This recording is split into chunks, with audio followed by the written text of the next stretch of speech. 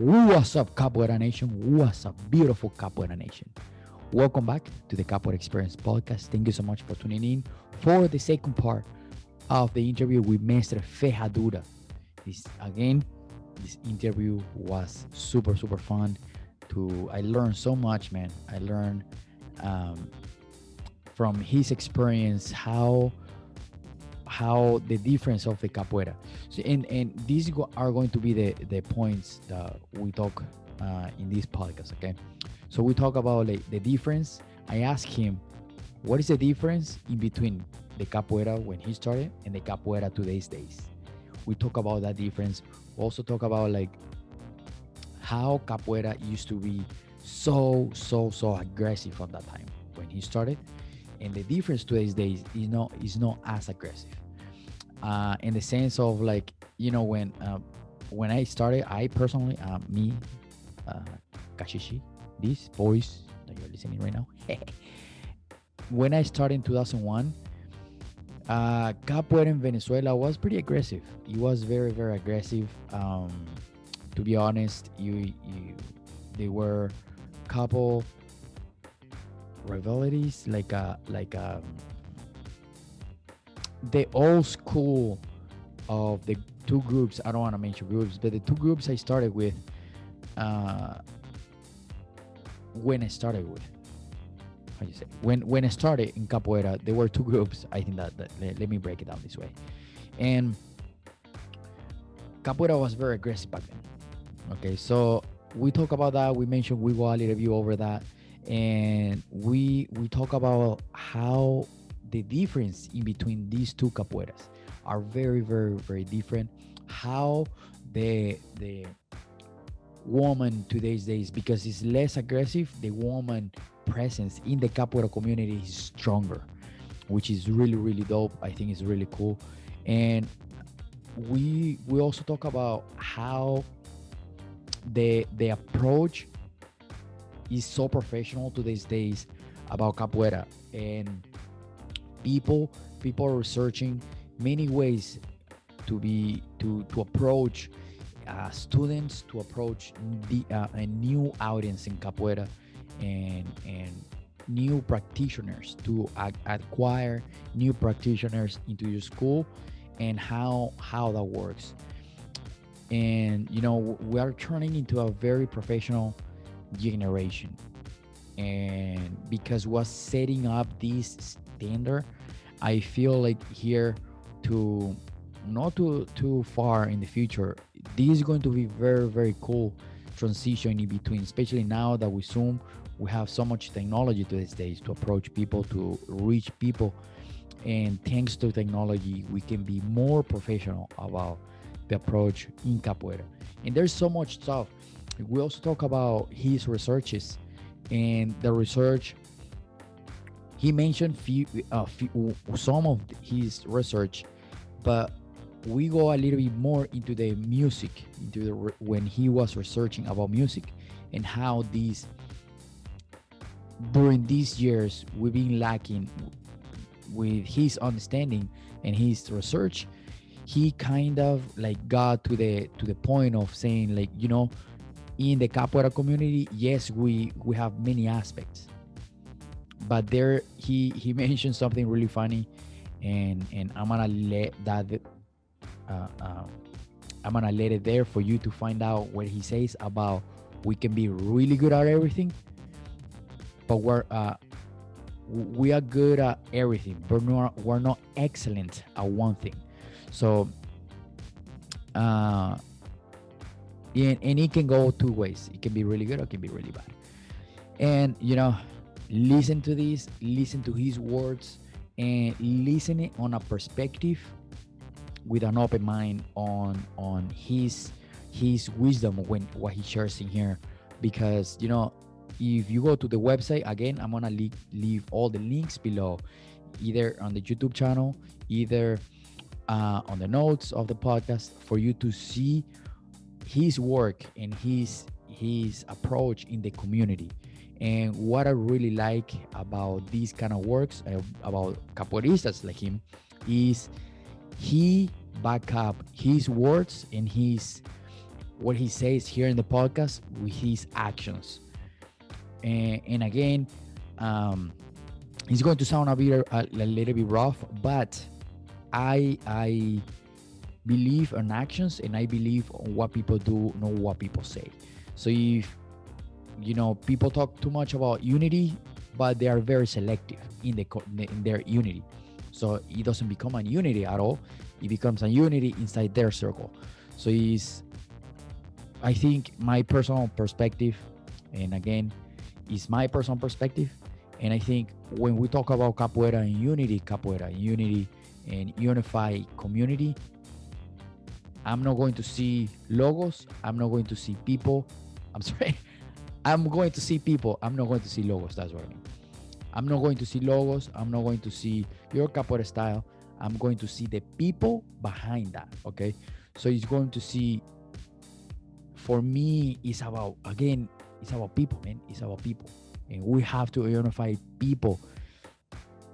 And like I said before, I saw this in the capoeira community where I grew up, where when we are all together, when we are unified, when we are the same people, when imagine if there's 10 schools in your city, each school have 20 people, different groups, right? Now erase the groups and just leave the people that do capoeira, right? Imagine that once per month, all those 20 people from all these different schools came together and made a huge hada. Just imagine this, 20 people per group, and there were, let's just say, 10 groups, right? Man, do you imagine how amazing the hada would be? How much energy that would be? Would be beautiful, man. Would be awesome. That's what I'm talking about. That hada is where I want to see the capoeira community today and the capoeira community in the future. I don't care your group. I don't care where you come from. I don't care how you look like. If you do capoeira and you respect people and you want to be around people and love people, let's make a huge hada. Let's make the best hada ever, and let's come together for one single thing that we love, capoeira. So listen to his words. Sorry for the really long intro, and I'm gonna leave it here. Up to you. Listen to the Mestre Ferradura's podcast. It's going to be awesome. Let's roll, baby. Peace. So which aspect of the capoeira that you've seen before, back then when you started, to now, how do you see the difference?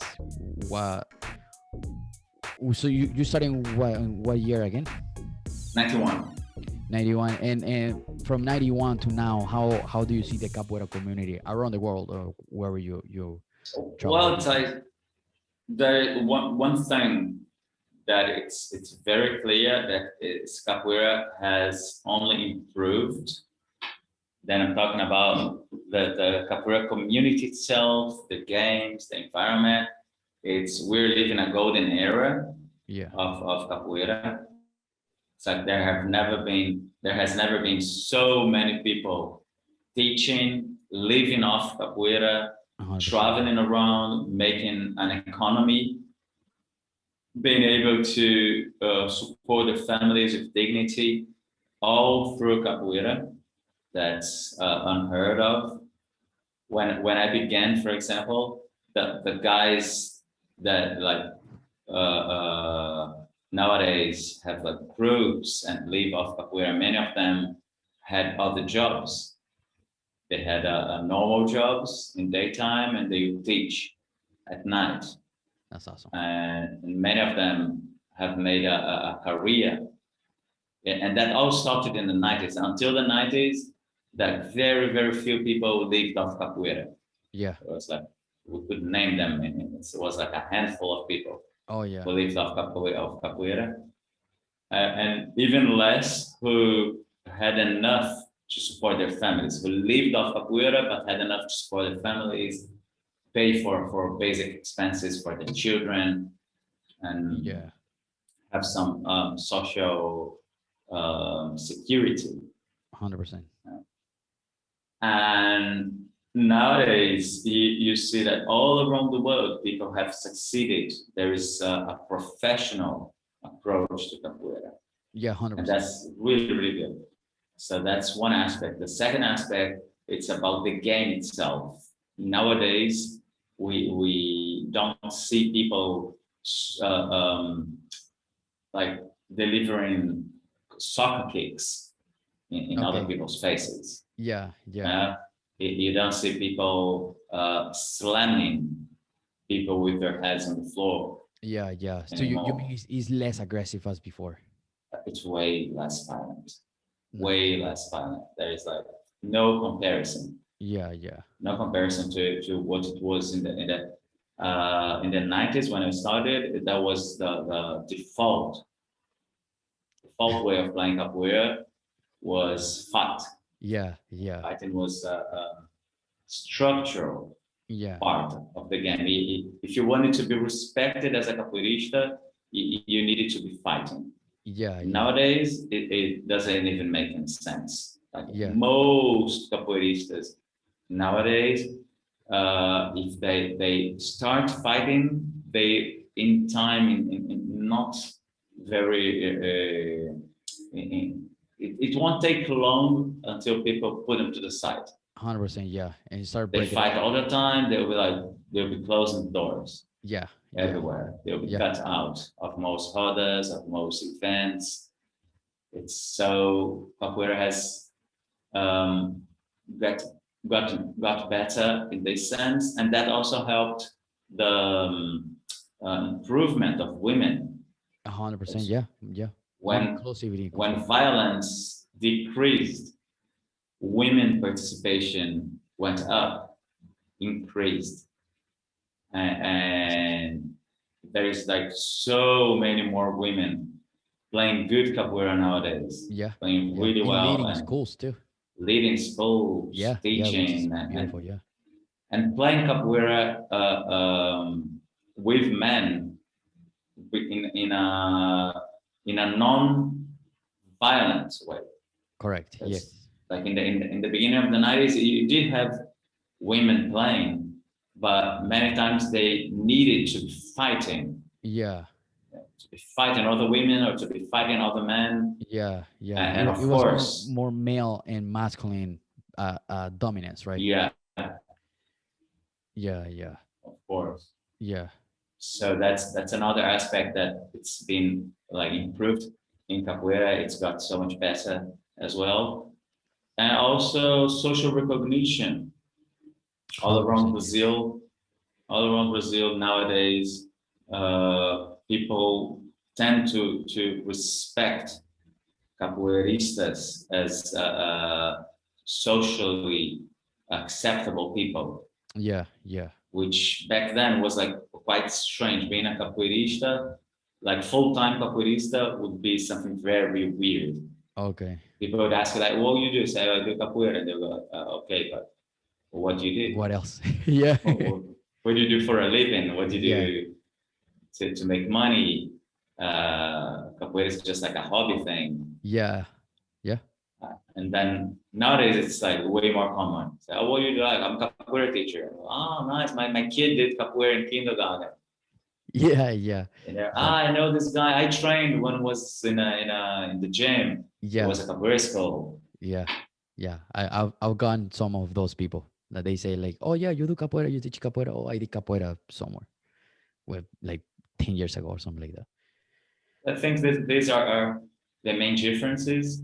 There is one aspect like that could be seen as a setback, that it's the time of the capoeira hype has been over for more than a decade. Like there was this whole only the strong Oh, okay. and Yeah. Yeah. capoeira in the soap operas in Brazil and Tekken, Eddie Yeah. Gordo. And there was like the capoeira hype in Yeah. Brazil and all around the world from like 95 to 2000. Yeah. So that's a time when there was a capoeira craze.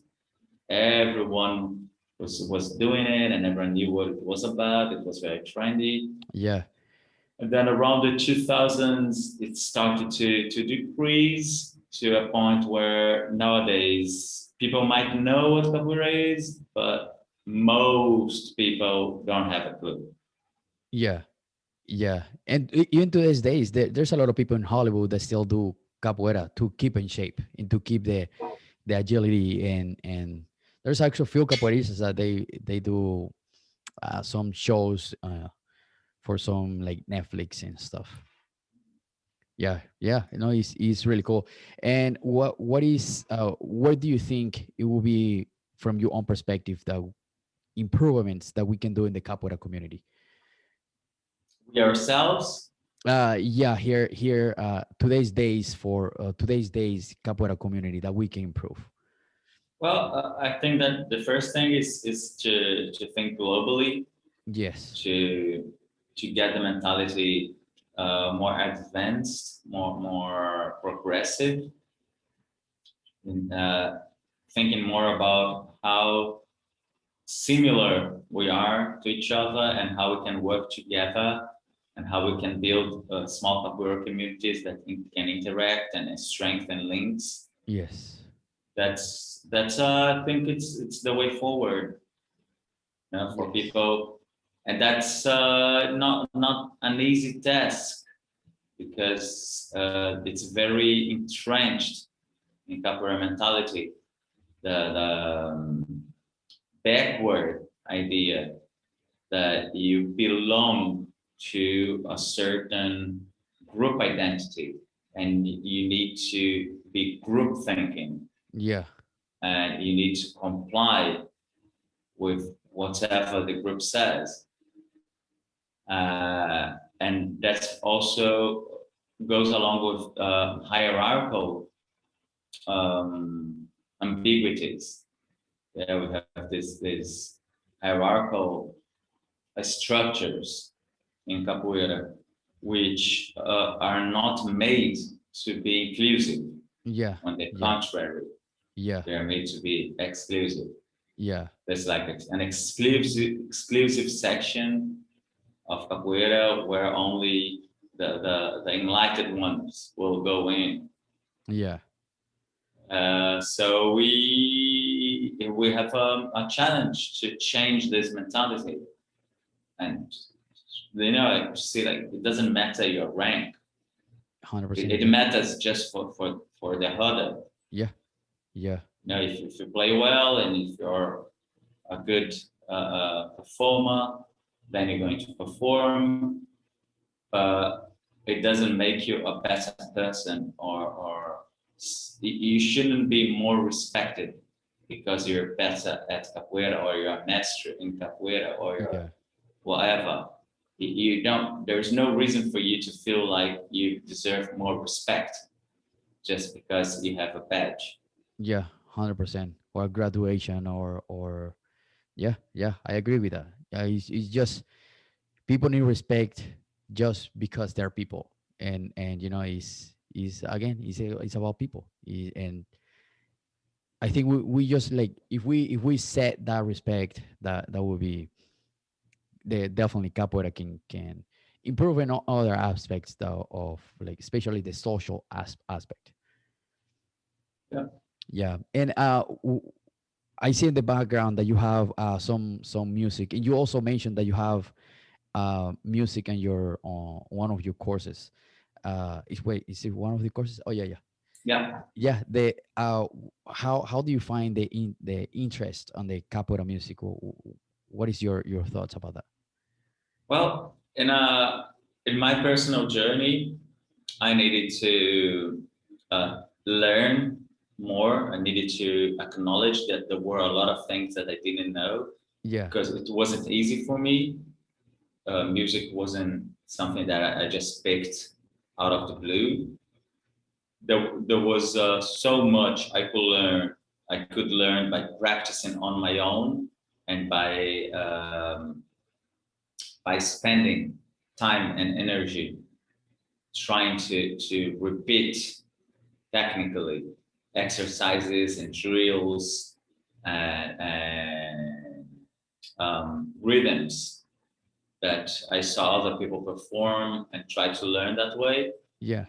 That I got to a threshold, and to go over this threshold, I needed to go to a music school and to study for real. Cool. It was a very humbling experience, because I was already teaching capoeira and teaching capoeira music, of course, for, I don't know, over 20 years maybe. Oh, cool. Okay. Yeah, I enrolled in a music school about 10 years ago. So yeah, I had 20 years experience. That's pretty cool. And wasn't so young either to start learning sort of from scratch. It's not from scratch because you have a capoeira background and you know how to play, and you develop a way of understanding music. Yeah. If you're a capoeirista who is looking into getting better at that specific realm. But I needed to go back to the basics, you know, and understand what aspects of music, capoeira music specifically, were a failure for myself, where I was failing, Yeah. which were my weak points. And then over time, it's understanding where my weak points were, and I did research like that into many things, into martial arts, dancing, acrobatics, theater. Yeah. Music was just one of these researches.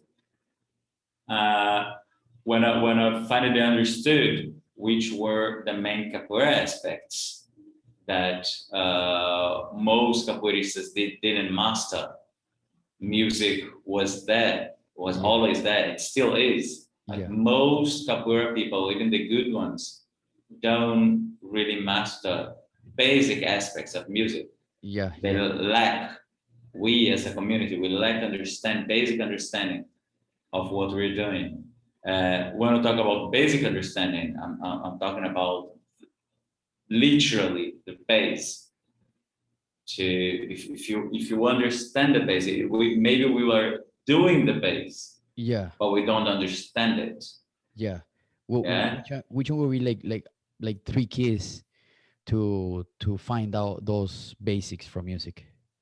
For example, people will be playing a rhythm, and some people will be crossing. That's very, very common. Okay. People are crossing the rhythm. Neither the people who were playing right, or who are playing in the pattern, perceive what the others are doing. Okay. Nor they know how to correct it. Okay. That's one issue. And another issue is people, even advanced capoeiristas, singing out of tune, singing completely off key. And when they start singing, they don't even realize, they have no idea what a key is. Okay. They don't know what is singing in tune. Okay. And then it becomes a new pattern to be singing off key. Off key becomes normal, and historically it is not normal. Yeah. If you look at the recordings, old recordings, I'm talking about recordings from the 40s to the 70s. So you get Cabecinha, Bimba, Traíra, Valdemar, Caissara, Pastinha, all those guys. And you listen to their recordings, you go like, okay, or even more modern ones, like let's talk about Tony Vargas, Suassuna, Boa Voz, guys who are more like modern, or even our current great singers like Rafael, Pernalonga. Yes. Or there's like a number of guys from many different groups. All those guys sing in tune. They're always singing in the key and in tune. So you start realizing that there is something to music which relates to very basic relations for any musician who starts playing the guitar, for example. So you play the guitar, and let's say you're playing a specific chord. Yeah. Let's name it. Let's say C. You're playing in a C chord. Yeah. You're going to sing in C. If you're playing in that if the C chord, it's your tonal reference, you're going to sing in C. If you don't sing in C, it's going to sound really bad. Period. Yeah. Yeah. It's Right? completely off. So people in the Roda many times are singing in 4 different keys altogether, and it sounds horrible. Yes. Yes. It sounds really bad, and then they relate axé Yeah. with shouting. So Yes. axé becomes a synonym of volume, Yeah. Yeah. and they Instead of sing like, even louder and louder and stronger and stronger. And just like there is this huge shouting of bad music played together. yeah. And yeah, it's sometimes it's fun and people feel good. Like I've Yeah. been to many rodas where the music was terrible, but the roda was great Nice. because the people were great. Yeah. Yeah. But you can't stop thinking that the roda probably would be even greater if great people were making great music. Yes. Yes. Yes. And When so this everybody's is something. Yeah, go on. yeah, yeah. When everybody sing, that you feel the energy, and is like you're right. It feels completely different. Yeah, it's just a matter of understanding that we capoeira, modern capoeira people, we did not have the same musical background as these guys that I just cited. Yeah. Like those guys, like let's talk about Mestre. It's a huge reference. The guy was playing in the African Brazilian religion. He was a drummer and a singer in an African Brazilian religion. He was a samba Yeah. player. He was a capoeira master. So the guy was deeply involved with Yeah. music. Yeah. He was a fighter too, right? He was also a fighter. Yeah, yeah, yeah. Yeah. So he But he he touched many aspects. yeah, definitely, definitely. That's awesome. But well, what I'm pointing out here is that it's a guy who grew up in a musical environment Yeah. Yeah. Yeah. and became very good. Yeah. He became very good at music. Uh, we nowadays we don't live in the same kind of musical environments. We don't produce our own music. We only consume other people's music. 100%. And we start capoeira at 20, 25, 15, 30, without any musical background at all. And then all of a sudden you become a capoeira teacher, but your musical skills have not improved just because you got a higher belt. Yeah. We need to acknowledge that there is stuff that we don't know and we need to study. We need to make up for the time that we lost in our childhood, not being in a musical environment, making our own music. Yes. Yes. No, I agree. Because sometimes it's the same. Like I mentioned this before, where because we get as longer or as longer we are in capoeira, and especially us that we want to teach, we should understand how to play berimbau, how to play the instruments, and it hurts me so much when I see a teacher without knowing how to play a berimbau. And it's like, how does that work? Is a discrepancy, or how you say it? It's not sync with teaching. How are you able to teach other people what you don't have? And is doesn't make sense to me how a teacher can be a teacher without playing instrument. I understand the power of wanting to teach, which is really cool. Wanting to teach the movements, but the essential part of capoeira, which is the hada, how does it play? You know, how does it work? That's a modern concern.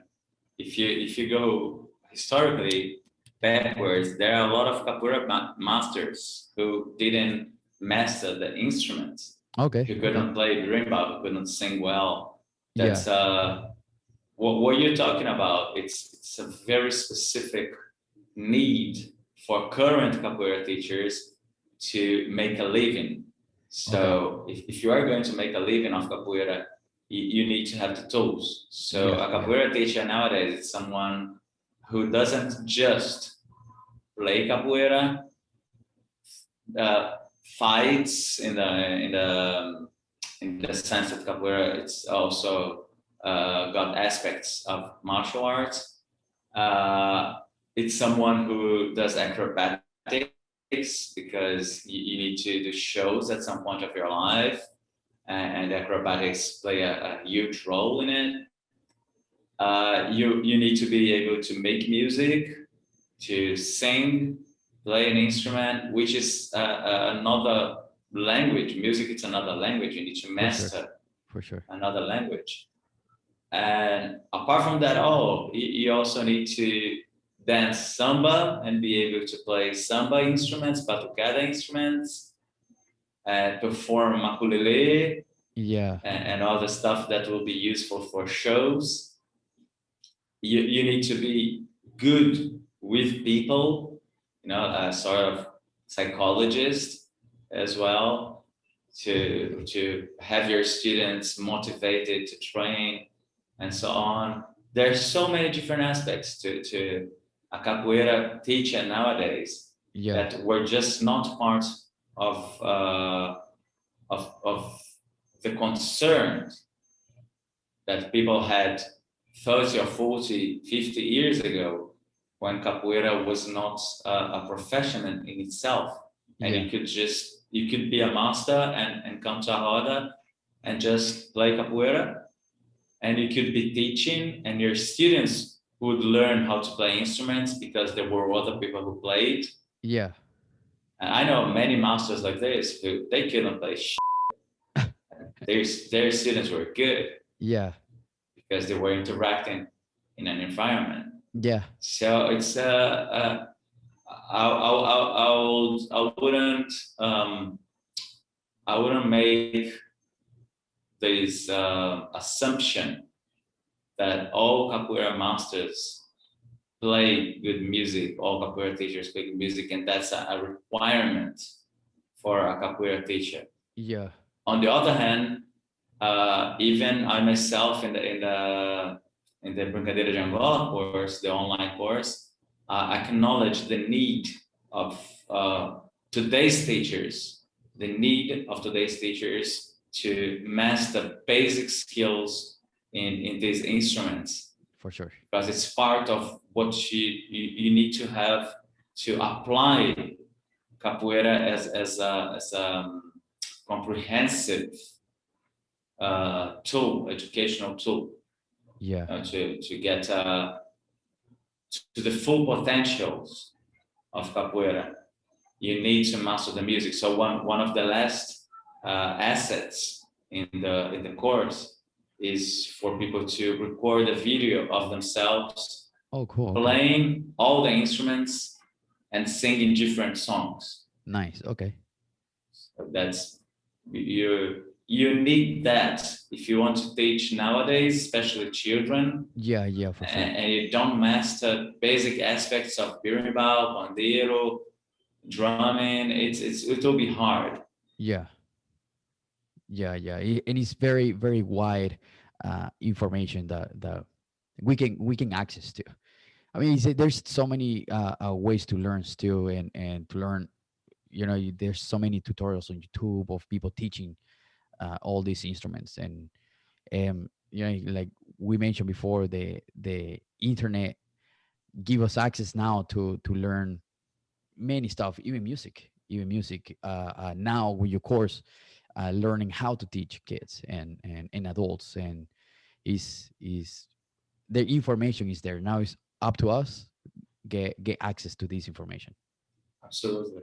Yeah. And to wrap it up, what would be your personal advice to the capoeira community? Just like normal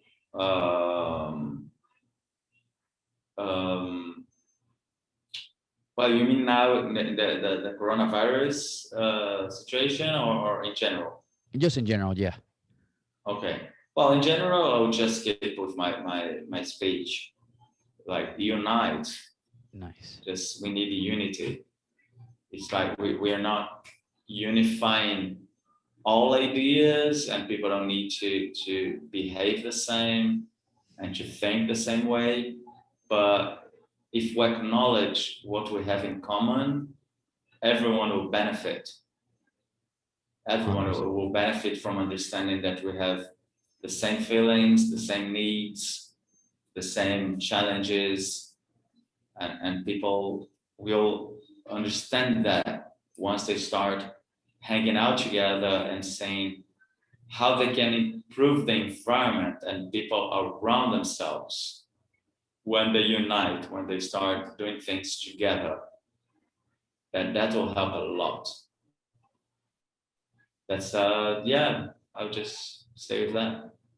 Nice. I agree because again, coming back to what we said before, is about people and the together we are the beneficial it would be for capoeira and for everybody to be part of the capoeira community, which is beautiful. Capoeira is just such a complex and beautiful art, and it's just so much to learn, and never ending learning process. Well, That's the Mestre, way, my friend. yes, thank you Very so nice much. talking to you. Yes, thank you so much, Mestre. Thank you so much for being part of the podcast. Thank you so much for sharing your knowledge. I think that was amazing, and I really hope we get some people enrolled on your course, and we'll talk soon. Definitely, mate. Looking Awesome. forward. Yes, thank you so much. Bye. Thank you so much. Thank you so much for listening. Thank you so much for getting this far. Remember, please subscribe, give us a thumbs up on Facebook or YouTube. Please subscribe to the YouTube channel. This is going to help us and help me to get bigger numbers and bigger subscribers so we can give more information. Okay, please, if you're listening, I know you're listening, I know you're watching, please give me a subscribe, give me a like. Okay, I know you're watching right here or listening. All right, have an amazing day. Thank you so much for tuning in and listening every single episode, especially the episode we just did. All right, thank you so much. Peace.